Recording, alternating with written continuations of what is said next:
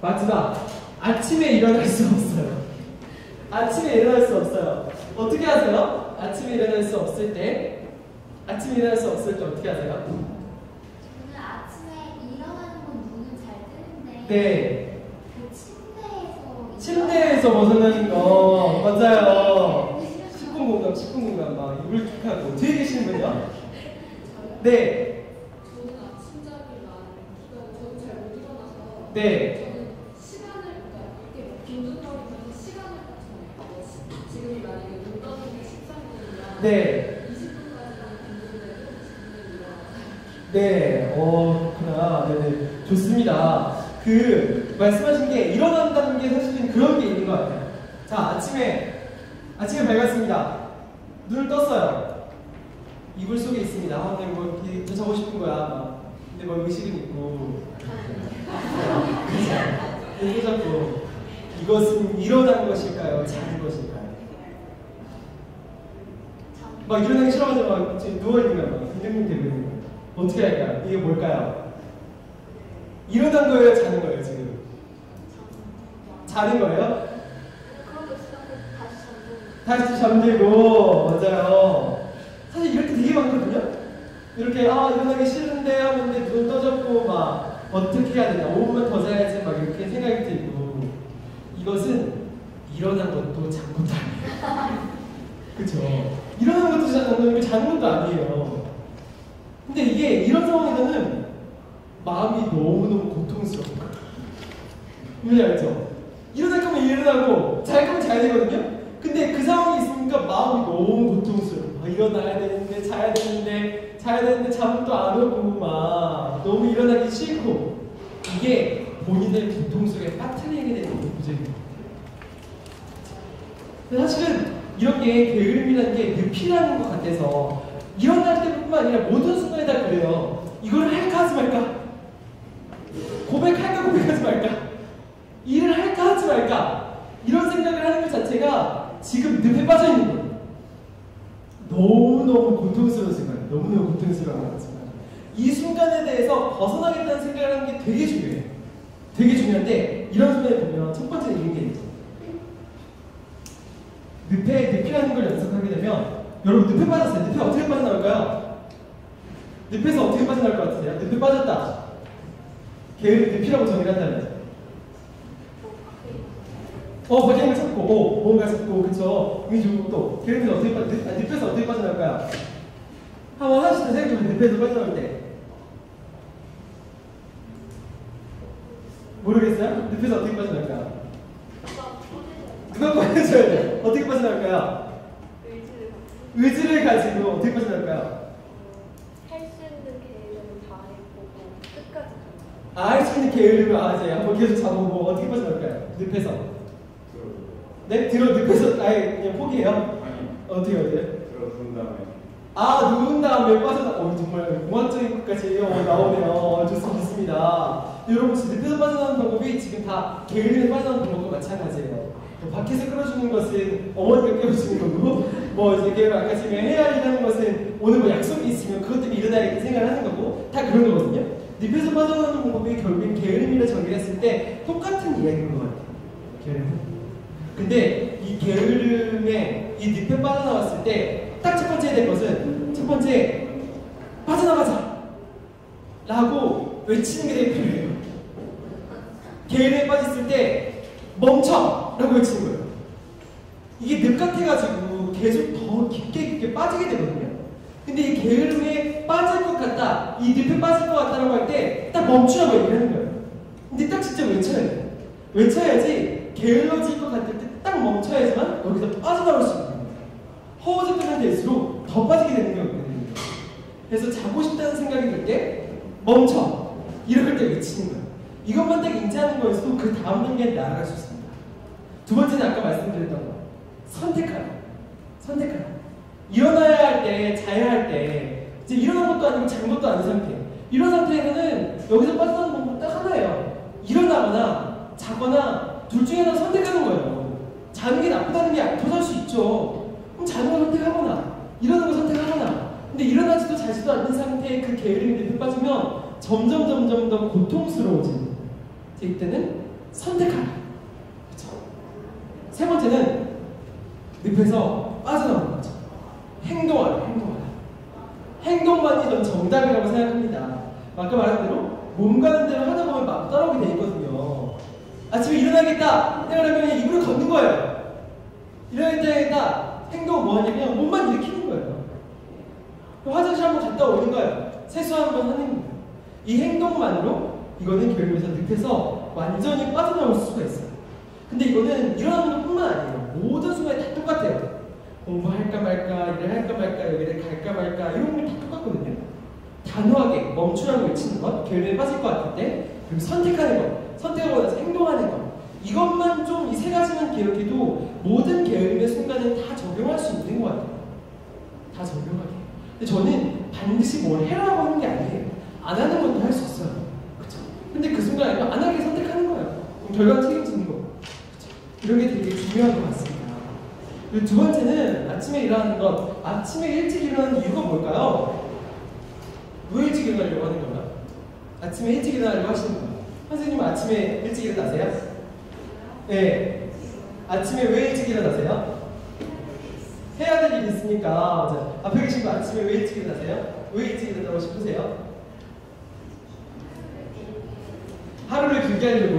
오, 좋아요. 이게 자기가 해야 할 일에 대한 생각들이 있는데 이게 아침에 6시에 일어나야지 라고 과업을 하면 고통스러워요.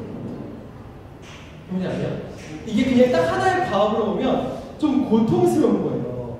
근데 이게 운동을 하거나 아침에 일어나거나 책을 읽거나 이게 계획이라면 이 계획을 넘어서 이 계획을 통해 이루고자 하는 꿈, 큰 그림과 연결시키는 작업이 필요해요. 그래야지만 아침 6시에 일어나는 게 명분이 생기거든요. 내가 아침 6시에 일어나서 5시에 일어나서 운동을 몇 분씩 하자. 그러면 건강해질 거야. 아침 6시에 일어나서 공부를 1시간을 하자. 그러면 어떻게 해질 거야. 이런 식의 큰 그림에 대한 생각들이 있는 거예요. 그러면 이게 하기 싫은 일을 참고 해내는 이 실증을 느끼더라도 큰 그림을 잃지 않게 되는 거예요. 아침에 일어나는 걸 계속하는 이유는 여러분이 죽으나 사나 아침에 계속 일어나야 되거든요. 이게 계속 고통스러우면 계속 의미가 없으면 너무나 힘들잖아요. 그래서 아침에 일찍 일어나고 싶으면은 이게 내가 왜 일찍 일어나야지? 이 큰 그림에 대한 생각을 할 필요가 있는 거예요. 내가 운동을 하는 거면 내가 왜 운동을 하려고 하는 거지? 내가 뭐 매일 반복하는 일기를 쓰는 행위가 있다면, 신문을 보는 게 있다면 내가 왜 이걸 하려는 거지? 이거에 대한 큰 그림들이 분명히 있어요. 그래서 게으름으로 돌아가는 사람들은 큰 그림을 놓치는 거예요. 왜냐면 현재의 그 게으름을 극복하는 괴로움을 미래를 위한 투자로 여기지 않기 때문에. 그래서 저는 이렇게 생각해요. 이 모든 삶의 습관들이나 이런 것들이 큰 일을 생각하면, 큰 그림을 생각하면 이 디테일들은 어떻게든 올바른 방향으로 가게 되어 있어요. 저도 마이클 밑에서 그런 거 많이 느끼거든요. 정말 디테일한 걸 담을 수가 없기 때문에 그냥 큰 그림에 대해서 자꾸 얘기하고 우리가 이런 목표를 이뤘으면 좋겠다, 이런 그림을 했으면 좋겠다, 이런 얘기를 하면 정말 디테일하게 각 사람들이 하는 일들은 알아서 돌아가게 있어요. 올바른 방향으로. 개인의 삶도 마찬가지인 것 같아요. 삶 속에서 하나하나의 과업을 가지고 이렇게 해야지 생각하면 좀 고통스럽거든요. 근데 그렇게 생각하는 게 아니라 진짜로 큰 그림들에 대해서 한번 구상을 해보세요. 그렇게 하게 되면 자질구레한 일들을 따라오게 돼 있습니다. 그리고 두 번째는 아침에 할 수 없는 이런 것인 것 같아요. 아까 말씀드린 높은 수준의 편안함을 의식하는 것. 게으름은 편안함인데 편안함은 낮은 쾌락이고 자기가 의미 있는 일을 했을 때, 성취했을 때, 자기를 극복했을 때 얻는 성취감은 정말 높은 수준의 쾌락입니다.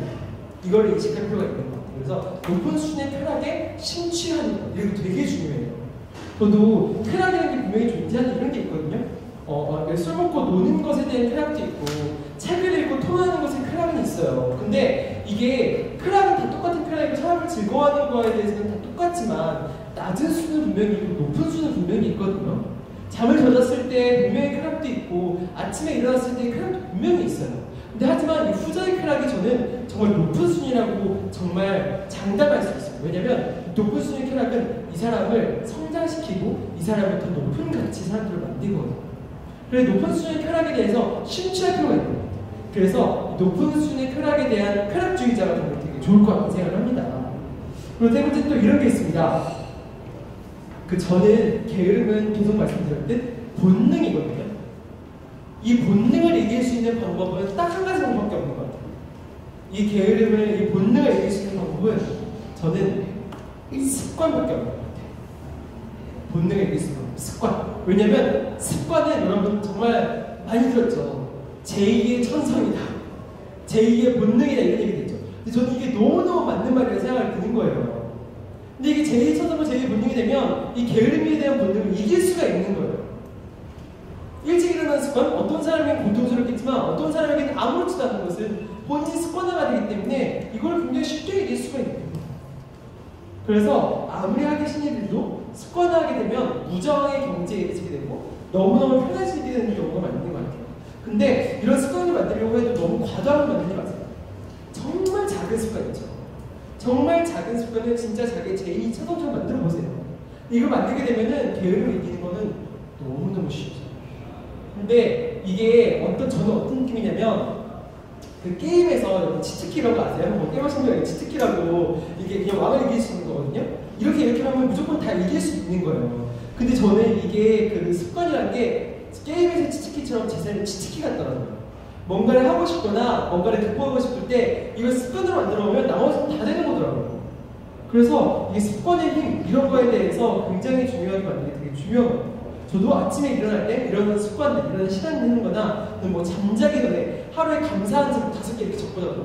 근데 진짜 아무것도 아니에요. 메모장에 적는 거 아무 일도 아니거든요. 근데 그걸 적고 자면 잠이 너무 잘 오고 꿈도 굉장히 좋은 걸 많이 거라고요. 하루를 너무 좋은 시기를 생각할 수 있는 거예요. 무의식이 굉장히 좋게 되는 거예요. 근데 이런 습관 하나만으로도 정말 사람이 많이 바뀐다 이런 생각이 들더라고요. 그래서 마지막으로 이런 습관 만드는 것들 굉장히 중요합니다. 제2의 천성 그렇게 얘기를 하고요. 아침에 일어날 수 없어요. 아까처럼 이런 게으름의 방법들은 단호하게 외치고 선택하고 행동하는 것, 그리고 큰 그림과 행동을 연결시키는 것, 높은 수의 쾌락을 인식하는 것, 습관화해라 이런 얘기를 해봤거든요. 근데 아까 이제 과제 이야기에서 또 한 가지 얘기하면 저는 이런 것을 이 게으름의 실체를 잘 보면 이런 게 있어요. 게으름의 실체는 뭐 해야 하는데 뭐 이런 생각 있죠. 이거 해야 하는데 이런 생각이 있거든요. 근데 이게 똑같은 건데, 똑같이 못한 건데, 이게 조금 맥락과 느낌이 다른 게 있더라고요.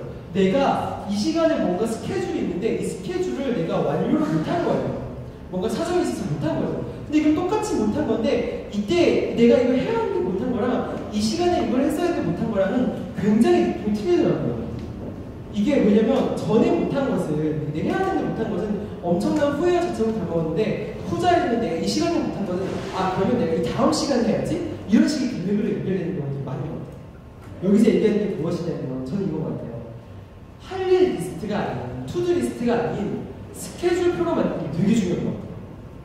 뭔지 아세요? 자기가 이걸 해야겠다고 생각을 하면은 이게 내가 해야지 라고 적어놓는 게 아니라 내가 이 시간에는 이걸 해야지 생각합니다. 스케줄표를 만드는 거예요. 내가 무언가를 하고 싶고 목표를 달성하고 싶으면은 이걸 해야지, 언젠가 해야지 하는 게 아니라 이거를 스케줄표를 만들어 놓는 거예요. 반대로 제가 또 많이 하는 방법인데 하루의 일과뿐만 아니라 전체 일과도 많잖아요. 저는 뭔가 뭘 하고 싶잖아요. 뭘 하고 싶으면은 먼저 일자를 딱 잡아버리고 데드라인을 잡아버리고 이게 3개월, 6개월 후에도 이렇게 잡아버리고 제가 막 몸을 만들고 싶다 이런 생각으로 요즘에 몸을 만든다기보다는 열심히 운동을 하고 있거든요. 운동을 하는 이유가 뭔지 아세요? 5월 20일에 제가 친구들이랑 발리를 가거든요. 너무 늦었어요. 제가 너무 늦게 시작했지만 이것 때문에 동기부여가 되더라고요. 제가 2월달에 비행기표를 예약했는데 그때부터 하나도 안 했지만 딱 정해놓고 나니까 지금부터 해야지 라는 생각으로 막 하고 있는 거예요. 시험은 어느 시간에 딱 시험을 봐야지 토플 시험을 딱 정해놓고 나면은 뭐 직전에 할 수 있겠지만 어떻게든 하게 되거든요. 이런 삶의 스케줄표도 되게 중요한 거예요. 이거 정해놓고 나면 게으름을 부릴 수가 없게 되거든요. 그쵸? 그래서 저는 단순히 투두리스트가 아니라 스케줄표를 짜는 게 되게 중요한 것 같고 스케줄표는 그 시간에 맞춰야 할 일을 위해요. 그래서 저는 시작하는 시간을 기준으로 스케줄을 짜는 게 아니라 끝내려는 시간을 기준으로 스케줄을 짜는 거예요. 이걸 해야지 해가지고 길게 보는 게 아니라 데드라인을 정하는 거예요. 그쵸? 그래서 이게 대표적인 사고방식이 있는 거냐면 일 끝내면 놀아야지가 아니라 놀아야 하니까 일 끝내야지. 이게 정말 다른 거거든요. 일 끝나고 놀아야지 아니라 놀아야 되니까 일을 빨리 해야지. 출근 시간 기준이 아닌 퇴근 시간 기준으로 설명해요. 여러분이 새해가 시작했을 때 이 새해가 시작했으니까 운동해야지가 아니라 자기가 데드라인을 정해놓고 거기서부터 연구를 시작을 해야 됩니다. 그쵸?